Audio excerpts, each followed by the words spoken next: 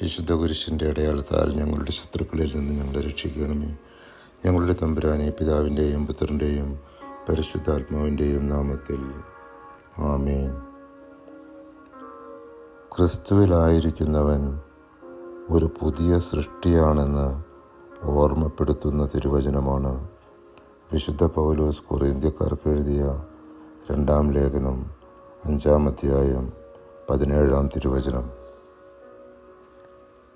ക്രിസ്തുവിൽ ആയിരിക്കുന്നവൻ പുതിയ സൃഷ്ടിയാണ്. പഴയത് കടന്നുപോയി, ഇതാ പുതിയത് വന്നു കഴിഞ്ഞു.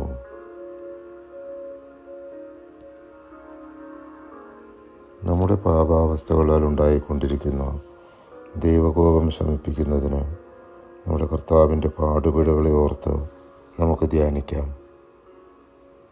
അനാദിപിതാവായ സർവേശ്വര, അങ്ങേ തിരുക്കുമാരൻ കുരിശിൽ തറയ്ക്കപ്പെട്ട് 3 മണി നേരം വരെ അനുഭവിച്ച അവർണ്ണനീയമായ സങ്കടങ്ങളെ തൃക്കൺ പാർത്ത് ഞങ്ങളുടെ പാപങ്ങളൊക്കെയും പുറത്ത് ഞങ്ങളുടെ ആത്മശരീരങ്ങളിൽ നിന്ന് അങ്ങേ കോപത്തെ നീക്കിയരുളേണമേ. ആമേൻ.